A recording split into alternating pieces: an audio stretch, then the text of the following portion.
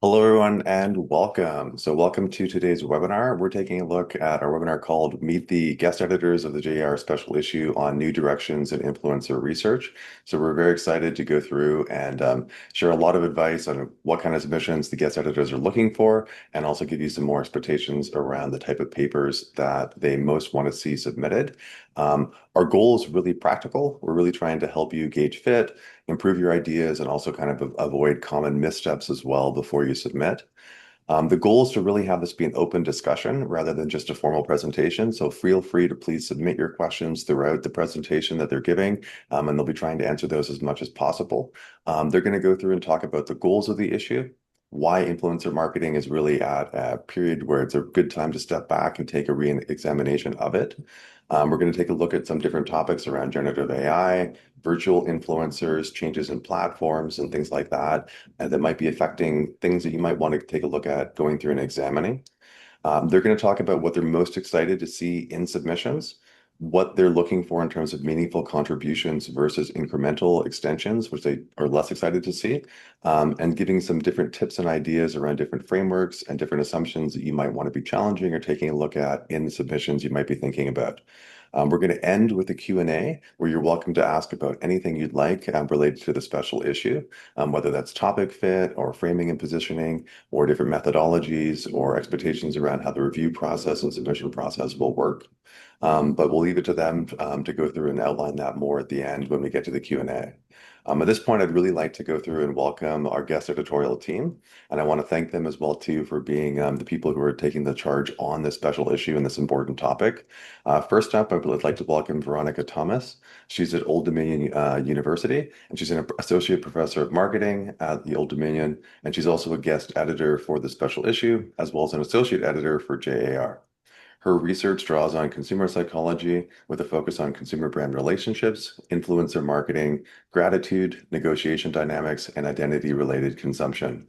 She brings a strong consumer psychology lens to questions of influence, relationships, and identity as the influencer ecosystem evolves.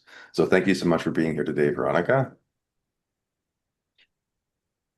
And next up, I'd like to introduce Kendra Fowler from Youngstown State University. She's a professor of marketing at Youngstown State University and also a guest editor for the special issue.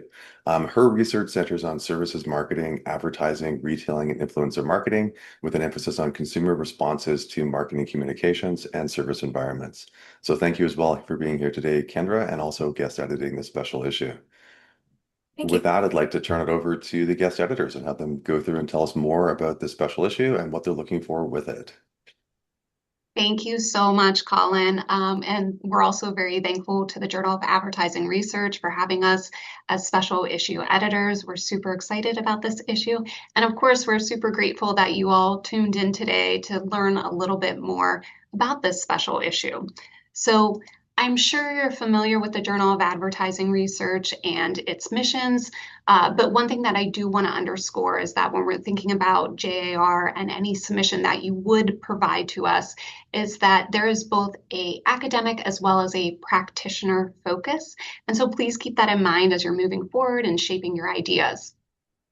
The other thing that I'd like to say is that I do think that this particular issue topic aligns really well with the mission of JAR. And while you've probably already seen the call, and that's why you're here today, this QR code does link you to the special issue if you want additional information. As Colin said, this really is an open discussion, so please don't let the formality of the PowerPoint slides fool you. They're just here to serve as cues for us. You are welcome to ask us questions at any point, and we will gladly try to address them. So with that being said, I just want to start with a quick overview of the state of the influencer industry. Of course, I think we're all aware that budgets continue to grow and be more likely allocated to influencer marketing. Overall, the industry as a whole is just growing, and this makes sense from a brand perspective, given that 9 out of 10 marketers say influencer content outperforms brand content. So again, this really underscores the managerial relevance of this topic and the importance of this topic. And so I want to talk a little bit more then about what we're looking for from like a theoretical perspective.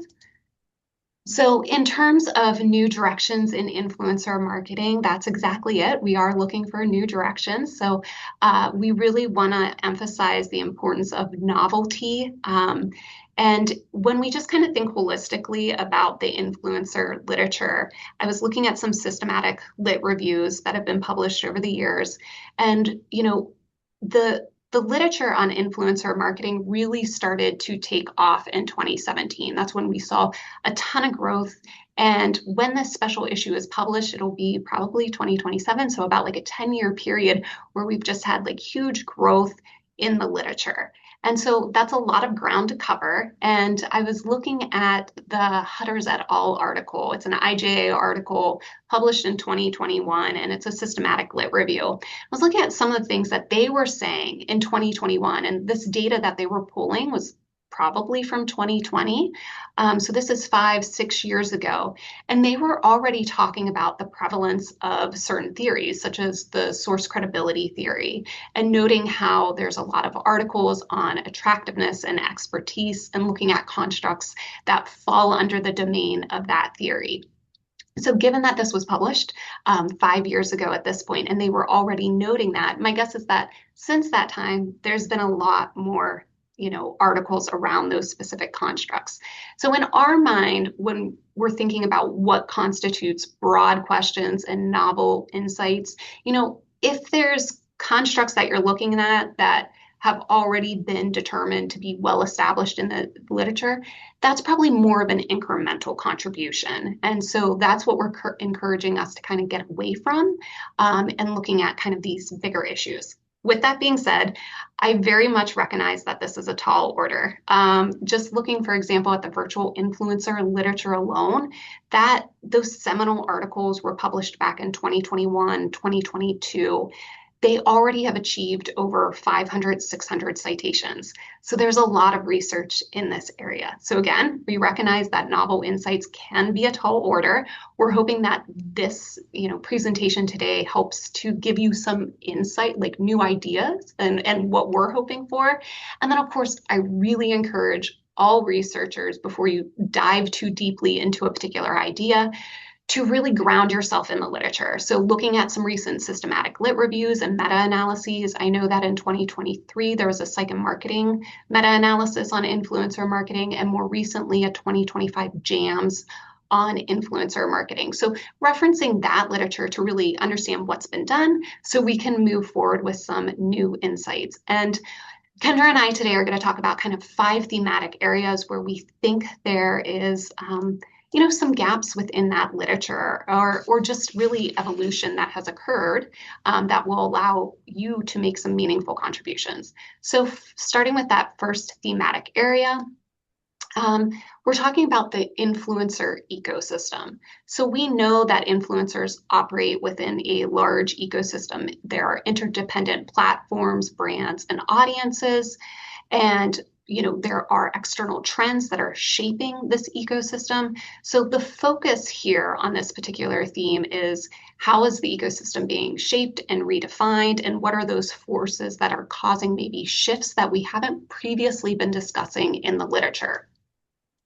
So in terms of new opportunities, again, we really want you to think collectively about this entire influencer ecosystem and maybe identify some of the lesser discussed actors or entities within that ecosystem and how they're contributing to it. We think that might be an area of potentially novel new insights. Also, a question was posed in our essentially sign up. So when you signed up for this, if you had some questions, you could pose them to us for Kendra and I to address. And one of the questions that was raised is, are there differences between nano influencers versus celebrity influencers? And the literature, has documented and done a lot of discovery on looking at different types of influencers. And by types, I mean quantifying them based on number of followers. So nano versus, like our macro or mega or celebrity influencers. And we know that differences do arise, right? So obviously, celebrity influencers have greater reach, whereas a nano influencer, it maybe feels a little more authentic when they have 3,000 followers and kind of individually interact with them. In terms of what might be of interest is how these different influencer types function within the ecosystem and maybe potentially how the ecosystem evolves or looks a little bit different based on these influencer types. So what I mean by that is, do new actors enter the ecosystem for an influencer as they grow their follower base? So maybe with a smaller number of followers, they have around them a small support team to almost no support team, but maybe there are new actors or entities that kind of come into their world and come into play as they need help curating the content that they're creating. And what does that look like for them? And then, like I said, for kind of the larger ecosystem, is there a whole entire economy over here of support staff for our influencers that maybe we're not talking about? We also encourage researchers to think about societal, technological, and cultural trends that are shaping the virtual influencer not virtual, influencer ecosystem as a whole, not just virtual. I apologize. But the influencer ecosystem as a whole. And of course, like at a micro level, what platform dynamics are changing and how influencers are adjusting to that. And of course, you're going to hear this on every slide, probably. We're going to mention AI, right? That's a technological trend that's affecting the virtual influence.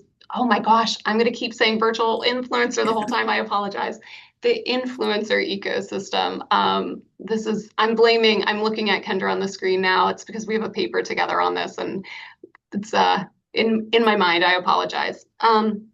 But as part of the influencer ecosystem, thinking about AI, how are influencers using AI to generate content? How are consumers responding to that? So earlier today, Kendra and I had a conversation, and she told me that an influencer that she follows actually sent her a direct message. And I thought, wow, this is like Kendra's chance to be a star. An influencer is reaching out to her, and I am going to be able to say I knew her one day. Rather, the influencer reached out, but she said, it was obviously like a bot generated comment. And so this influencer is probably using AI in some form to reach out to his followers. And yet, rather than having the effect that he wanted, which was probably to endear his followers to him, it actually came off as quite annoying and maybe even a little bit superficial and fake and inauthentic, which is obviously the opposite of what any influencer would want. So looking at trends like that are going on, and again, how AI affects that.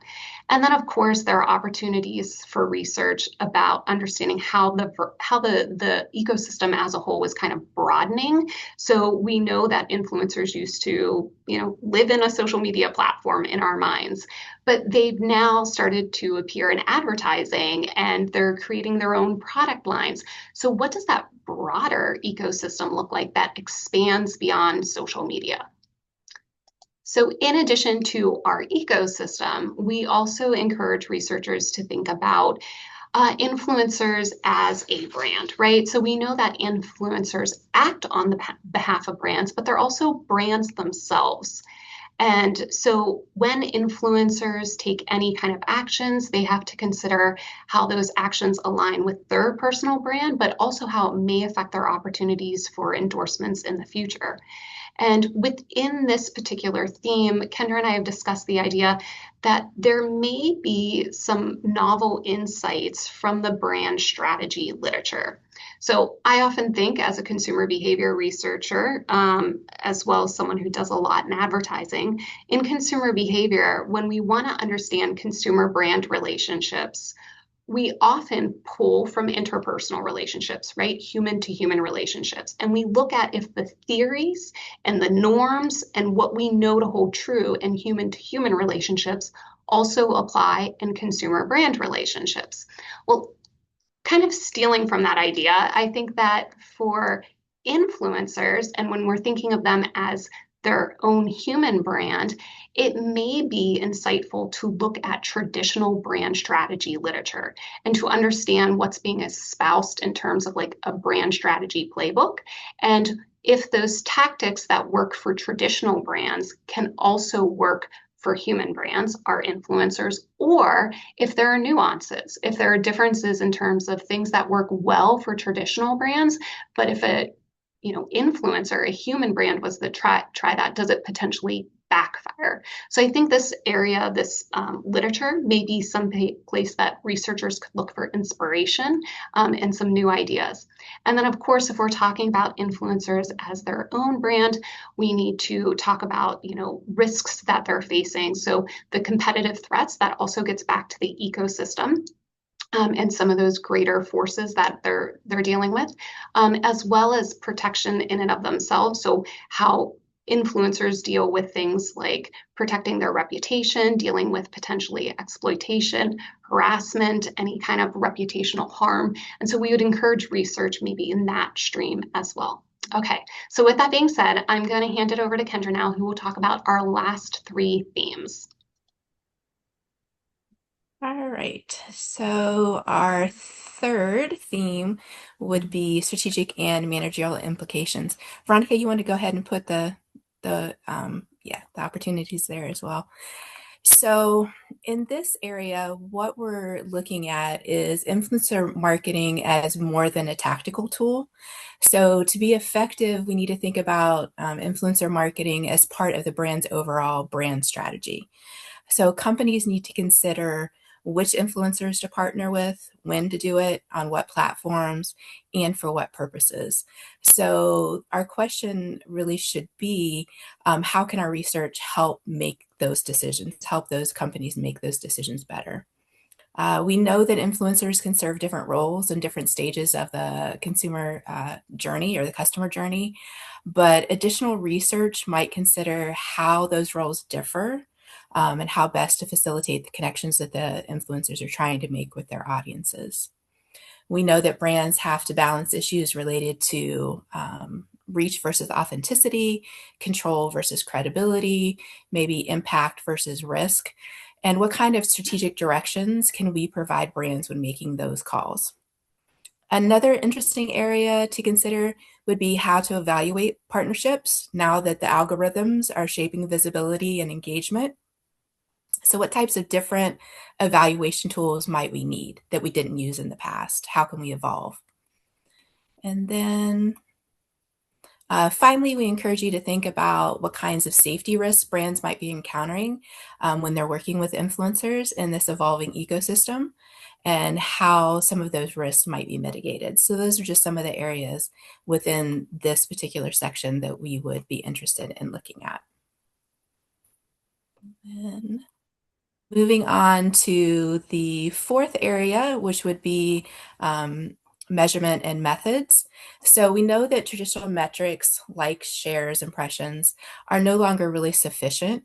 So giving this evolving ecosystem, we need to think about more nuanced understandings of how we're going to capture effectiveness. So we're looking for methodological innovations that matches the increased complexity of today's social media landscape. We need to think about rigorous measurement of influence and persuasion and methods to capture both spillover and cross-platform effects, because as Veronica talked about, the days where influencers stuck to their social media platform are kind of over. They're moving across platforms.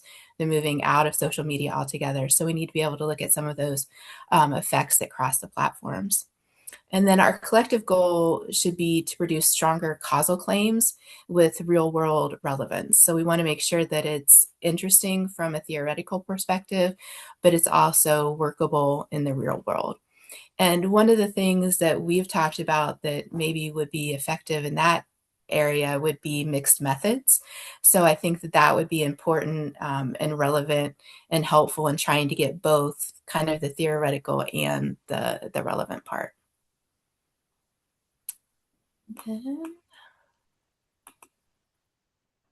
Finally, then we're going to look at some of, Veronica, if you want to go ahead and go on to the next slide. We're going to look at some of the foundational assumptions that we've made in the past and maybe which of those we might need to revisit. So we know that influencers are not the same as endorsers. We know that they're not the same as celebrities, at least as how we've studied celebrities in the past. So as Veronica mentioned earlier, we need to think about how the theories that we've traditionally used in studying influencer marketing might need to be altered, or what other theories maybe we could bring in to give more insight into the way that influencer marketing has kind of evolved in the past, 10 years or so. So we asked you to consider what other disciplines or streams of research might be useful in bolstering our understanding of influencer marketing and persuasion. And then in terms of influencer typologies or frameworks for selection of influencers, we have quite a bit of research that's using descriptive methods, but we need to think beyond just these descriptive metrics to more theory-driven models. And again, there's an opportunity to really expand those models based on the larger ecosystem that influencers are working within today. All right. And then Veronica, if you want to move on to the next slide. And so these were the 5 areas that we discussed and giving you some ideas in terms of what we're looking for. But again, we welcome all kinds of novel insight into the study of influencer marketing. So if you have an idea that falls outside of those, 5 categories, that's fine. Reach out. We'd be happy to talk to you about it. If you go ahead to the next one. And then these are just some final suggestions that we came up with in terms of, some do's and don'ts, some helpful hints. So you want to aim for theoretical advancement, not just confirmation of what we already know.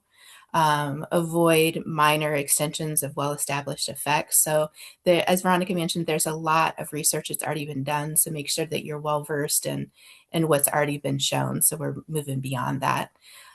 Please recognize and address the rapidly changing influencer environment. Consider ways that influencers might be studied beyond just their role as endorsers. So they're expanding what they're doing beyond just endorsements. So we want to think about how can our research kind of capture some of that as well. Make sure that you're explicitly addressing how your findings reshape strategies that we're using when we're dealing with influencers. And then finally, we encourage you to consider using data from sources other than consumers. Realize consumers are probably the easiest data to get, but we'd like to encourage you to reach beyond just information from consumers.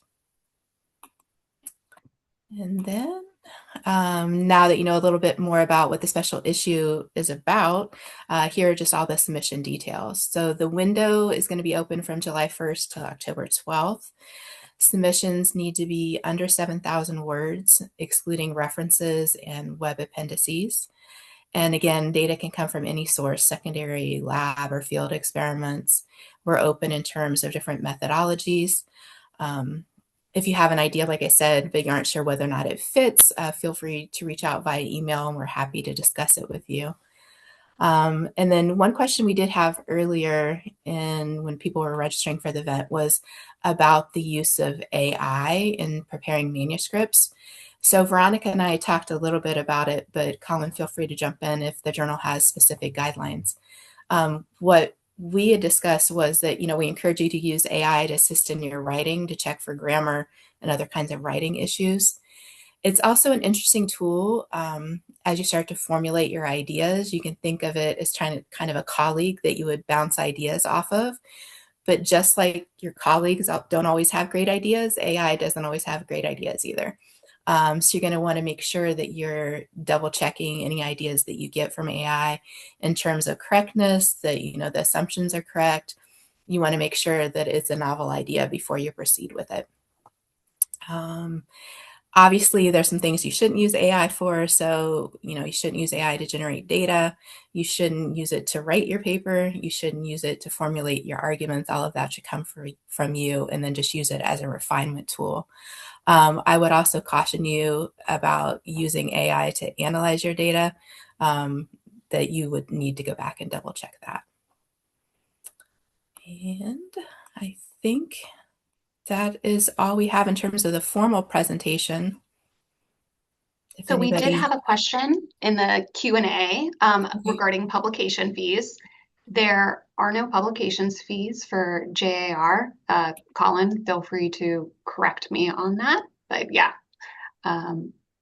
So if there are any other questions? Yeah, if you want it to be open access, there's an extra fee for that, but that's definitely not required at all to have it published at JAR. And you're 100% right, Kendra. Like for AI, like we're very open to people using AI in research at JAR.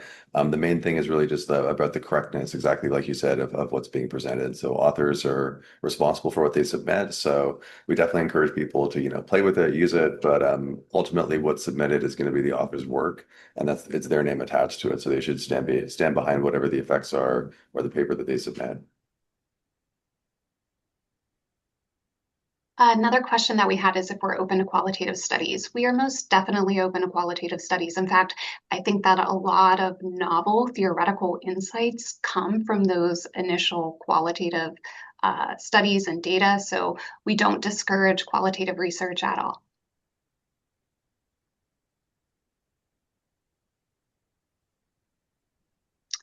I will, so we're getting lots of questions. This is wonderful. So Yep. another is what is our perspective on using platforms like Prolific and Amazon for data collection? Um, JAR does not have a policy against those platforms. Kendra and I don't have any personal biases against those platforms. So I think that is perfectly fine to use them. Obviously, we encourage you, just like we would ourselves, to ensure that your participants are paying attention to the best of your ability, and that have those manipulation checks in. That's just good experimental design if you're doing an experiment. But yes, and Colin, I don't know if you have any other specifics on that, or Kendra. Yeah, Nope. as long as it's appropriate to the question and the design that you're looking at, it's totally reasonable. Yeah, and the appropriate checks and things are done as well too. All right. You want me to take a question now, Veronica? Go for it. Are conceptual papers accepted? Yes, I would say that conceptual papers can be accepted as well. Correct me if I'm wrong. No, I agree Um, with that. Again, conceptual papers are great. I will say I think conceptual papers are some of the most challenging to write and to respond to in terms of reviewers. So that's just from a uh, personal past history of writing conceptual papers. It's a lot easier when someone says, we don't like your moderator, run another study. It's a little more challenging when someone says, I think this idea is wrong altogether. So there's an inherent challenge to writing a conceptual piece, but I also think it's a great cognitive exercise. And again, fits really well with this theme of trying to have big, broad ideas. I think conceptual pieces are great. right. Are you more interested in applications of novel theories across domains or novel applications of established theory? I would say either could work. If you have a novel theory that has not been used in influencer marketing, I think that might be a good thing to bring in, as long as, of course, that it's applicable. Or if there's something truly novel in terms of an application, I think that could work as well. So either one.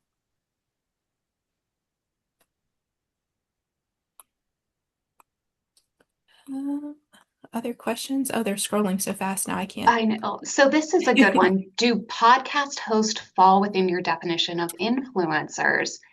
Um, I was reading some recent an article on this, and maybe we were reading the same article, which is why you brought it up. I think so.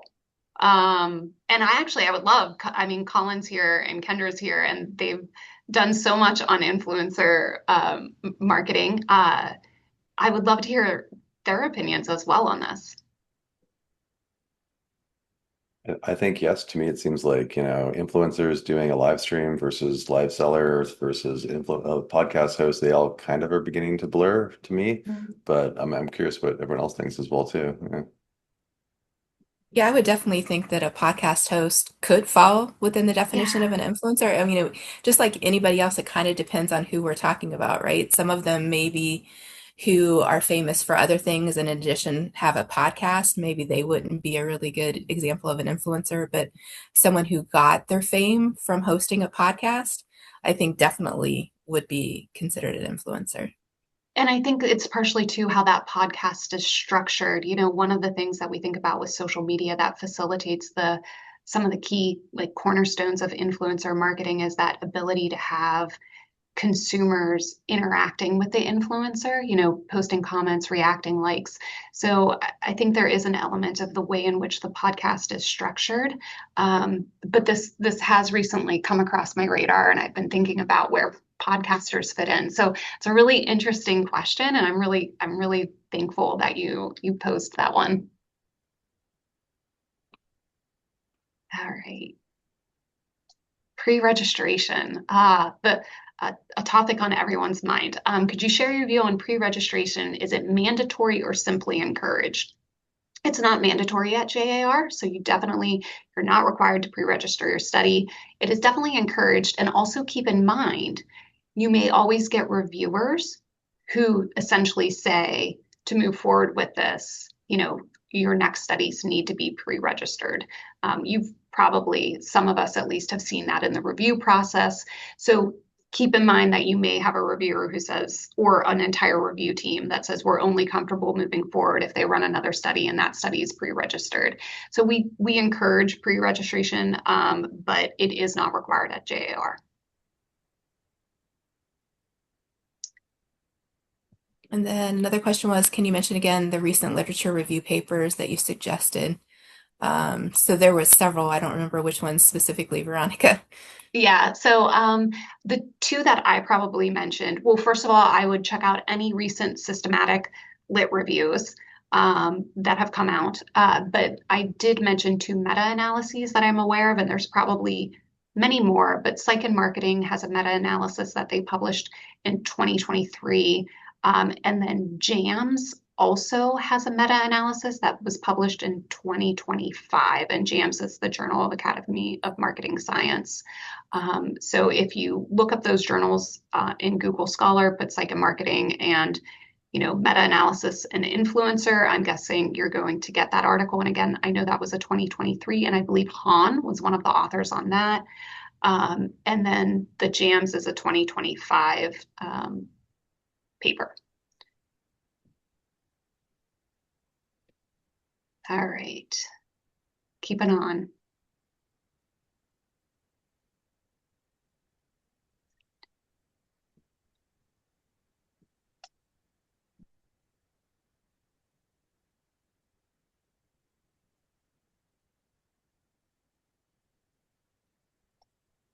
So one of the questions is about targeted number of articles to be included in the special issue.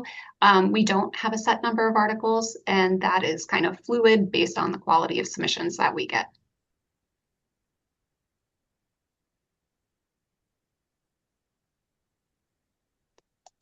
Another question was asked about the behavior gap. So a lot of research, we look at intentions, and then we assume that intentions translate to actual behavior. We like to make this assumption as academic researchers because we all know it's much easier to measure behavioral intentions as opposed to always getting behavioral data. And so this particular question is asking about the behavior gap, and I may not clearly understand your question, so I apologize. And Kendra and Colin, feel free to jump in and clarify. Is the behavior gap through experimental studies along with theoretical contributions something you're looking at? So if your intention, no pun intended, but if your intention is to study the behavior intention gap through experimental studies, that would be really interesting if those studies ultimately show that there's some counterintuitive effect. So if we continue to look at intentions, and when we measure intentions, it shows one thing, but through experimental design that you utilize like in a lab setting and you measure actual behaviors, we find that intention to behavior relationship that we believe no longer holds, that would definitely be interesting. I think it becomes a little more tricky in terms of publication. If we say, we've measured behavioral intentions and we believe X positively affects behavioral intentions, and so you run a study and you look at behavior and X continues to positively affect behavior, that reduces some of the novelty, right? But if you're thinking that maybe you can show that that relationship doesn't hold, that intentions to behavior relationship, that would definitely be something interesting. And again, something I think that managerially would be really important. Another question asked about interdisciplinary approaches, and that again would be something that would be interested in. Any kind of novel insights you can bring in across disciplines would be welcome for sure. Yeah, I think research across disciplines, especially, and I may sound like a broken record, when it is showing something different than what we already know in one context. So if you're looking at sports marketing and showing that sports marketing, the effects that we think are well-founded when we're just talking about maybe like consumer packaged goods with influencers don't hold in sports marketing or don't hold in the pharmacy like industry. That's great. If we're showing that the effects that we've like established and are well aware of hold in different contexts, that doesn't provide the same level of novelty that we're probably looking for the special issue. Okay, this is definitely one I'm going to ask Colin to weigh in on. So can you share a bit about the timeline for the special issue beyond the submission deadline? So, and how Yeah, long for we think, sure. yeah. So generally, if it closes October 12th, probably takes at least a couple of weeks to kind of get their papers processed and out for review or desk reject. And then the reviews are generally done within about a month at JAR. And so we'd expect authors to probably get feedback, hopefully back before Christmas. And then if there's another round or two, that would bring it easily, probably into March or April. And so hopefully we'd be targeting to have all the papers accepted maybe around the summer the following year, and then maybe out in print shortly thereafter or around then, kind of depending on how the process looks. But we do aim, we have a shorter cycle for reviews. It's usually 21 days. That said, authors get usually 90 days to go through and make revisions. And so that's going to be another thing that's going to slow things down as well. But hopefully we'll have all the papers kind of wrapped up by the summer following, so summer 2027. So another question. Studying influencers from emerging markets, does it fit with the special issue requirement? Most definitely. I can't think of like a reason why that wouldn't fit well.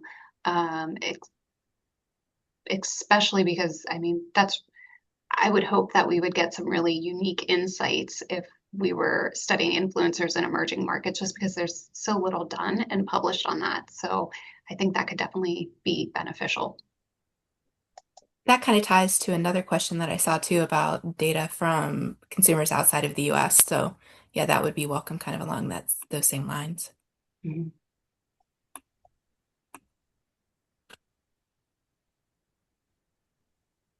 So is it okay for individuals to reach out to us if you have more questions later on? Yeah, of course. We put our emails on that slide intentionally. You are welcome to reach out to us. We're happy to address questions that you have. Please note we can't make a guarantee, if you on something. I know that you may reach out and provide us with an abstract and say, will this get published? Is this a good fit? It's challenging, from 5, 6 sentences to glean the contribution as well as the quality of the contribution. So keep that in mind, but we can definitely tell you if this seems like it's on the right track, if it's fitting with like the broader call, if there seems to be novelty there, and then assuming that the data that you've collected like hits, checks all the boxes, we can kind of give you that information. But yes, we're more than happy to interact with anyone. Please feel free to reach out.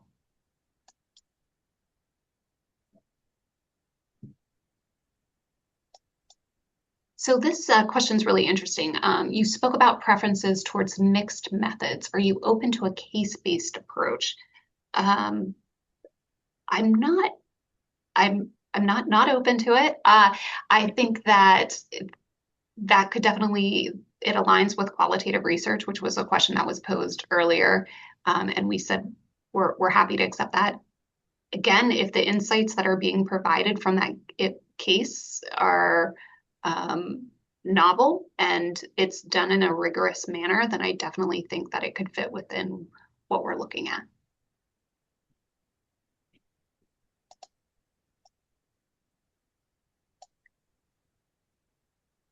A Are- question, do you recommend submitting our paper early or should we wait until the submission deadline? Does it matter? Is that a question maybe Colin could answer? I think it should be fine either way, although I'm just looking up to confirm when the submission period's actually going to open. It's listed in the bottom of the call for papers. I'm just pulling that up right now to check. I think it said July 1st. Yeah, so it'll open July 1st. So it's really up to you as an author. Um, I think that the you're not going to probably get you might get a desk reject if it's not a good fit with the special issue. But it'll definitely take a month or so for the reviews to kind of go through. And then the only thing is you might not hear back if it's a borderline case until after the full set of submissions have come in, just because Veronica and Kendra might be weighing how the different papers stack up against each other. But you're more than welcome to do it whenever you feel appropriate.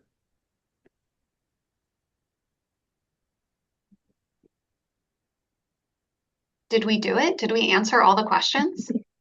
I kept forgetting to hit the done button, but I do Okay. think we maybe got to all of them. I think there might be one more, the one with two parts to it, or I don't know if you already answered that one. Oh no, I think you did already. Sorry. Okay. Yeah, we've had lots of questions. It's been fantastic. Were there any other questions just as we round out? And some other advice as well too is we do have shorter papers at JAR, so definitely encourage you to use web appendices for supporting material or stimuli, things that you expect reviewers would want to see. It's also a good place to put any sort of other larger chunks of text or things like that. The 7,000 words, two things on that. One is it does exclude your references. And the second thing is we're not super strict on it. So if you're like at 7,500 or maybe even 8,000, or if the paper really, makes a strong contribution and warrants a bit more, we're not going to, reject it right off out of hand for that. But we do look generally for concise papers just because of our managerial audience as well too.